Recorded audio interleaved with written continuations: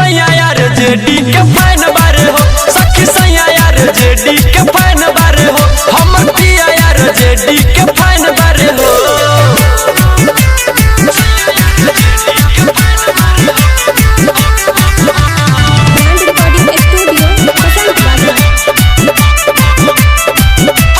कहले तेजस्वी भैया बारे हम जान हो, उनके खातिर हम गवा देम परान हो।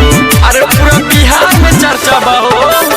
कहले तेजस्वी भैया बारे हम जान हो, उनके खातिर हम गवा देम परान हो। एरिया में कइले स्कैम मारे हो, ए सखी सैया हम, ए सखी पिया हम, ए सखी सैया यार जेडी के फैन बारे हो, सखी पिया यार जेडी के फैन बारे हो, सखी सैया यार जेडी के फैन बारे हो।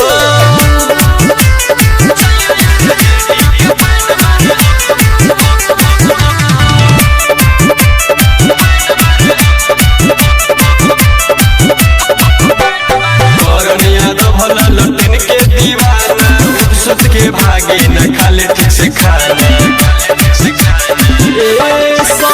सहनी दिलीप यार जेडी के दीवाना, सुत के भागे न खाले ठीक से खाना। सोना के गर्दन में चैन बारे हो, ए सखी पिया हम, ए सखी सैया हम, ए सखी पिया यार जेडी के फैन बारे हो, सखी सैया यार जेडी के फैन बारे हो, हमारा यार जेडी के फैन बारे हो।